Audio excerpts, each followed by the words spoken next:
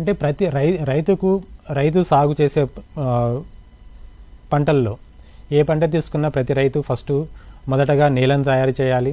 నేలను తయారు చేయడానికి నేల మామూలుగా ఎండాకాలంలో అధిక ఉష్ణోగ్రతల వల్ల భూమిలో ఉండే తేమ అంతా కూడా ఆవిరైపోవడంతో నేల గట్టిగా తయారవుతుంది.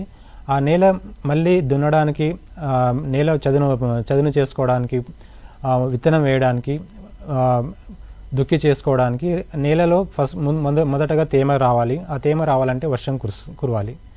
ఆ వర్షం ఏ విధంగా ఎప్పుడు వస్తుంది అనేది తెలియజేయడానికి ఈ సూచనలు ఒకటి ఉపయోగపడుతుంది.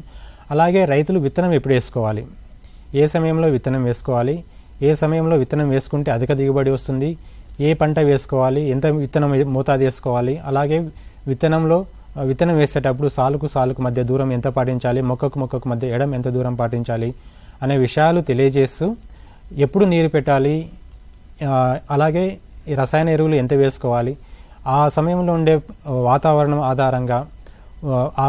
ఆధారంగా చీడపీడలు తెగుళ్ళు ఏవైనా వచ్చే అవకాశం ఉందా, ఒకవేళ వచ్చే అవకాశం ఉంటే ఏ పంటలో వివిధ పంటల్లో ఏ పురుగులు తెగుళ్ళు వస్తాయి, వాటిని ఏ విధంగా నివారించాలి అనే విషయాలు ఇవన్నీ కూడా రైతులకు తెలియజేయడం జరుగుతుంది. వీటితో పాటుగా పంట కోసే సమయంలో కూడా మనకు వర్షాకాలంలో సాధారణంగా జూన్ జూలై మాసంలో సాగు చేసిన పంటలు, విత్తుకున్న పంటలు అక్టోబర్ నవంబర్ మాసంలో కోత దశకు వస్తాయి.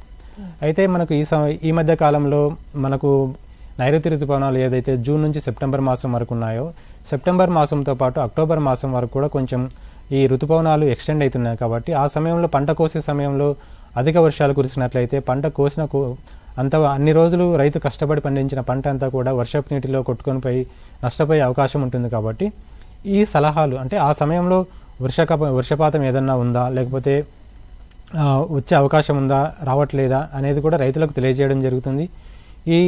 దీని వలన రైతు ఏం చేస్తాడంటే ఆ సమయంలో పంట కోత కోసుకోవాలన్నా, లేకపోతే ఒక 2 రోజులు ఆలస్యం చేసుకోవాలన్నా, లేదా మెషినరీ ఉపయోగించి వెంటనే వర్షం కురిసే లోపలనే రాబో 2 రోజుల్లో వర్షం ఉందంటే ముందుగానే పంట కోత కోసుకోవడం జరగడం, ఇటువంటి సలహాలు ఇవన్నీ కూడా రైతుకు ఈ వ్యవసాయ వాతావరణ ఆధారిత సలహాల సూచనలలో తెలియజేయడం జరుగుతుంది. ఈ విధంగా రైతు ప్రతికూల పరిస్థితులు ఏవైతే ఉంటాయో వాటిని తట్టుకోవడము, అనుకూల పరిస్థితులు ఉన్నప్పుడు ఆ వాతావరణ పరిస్థితులను అడ్వాంటేజ్గా చేసుకొని అధిక దిగుబడులు పొందడానికి ఈ సలహాలు సూచనలు అనేది ఉపయోగపడతాయి.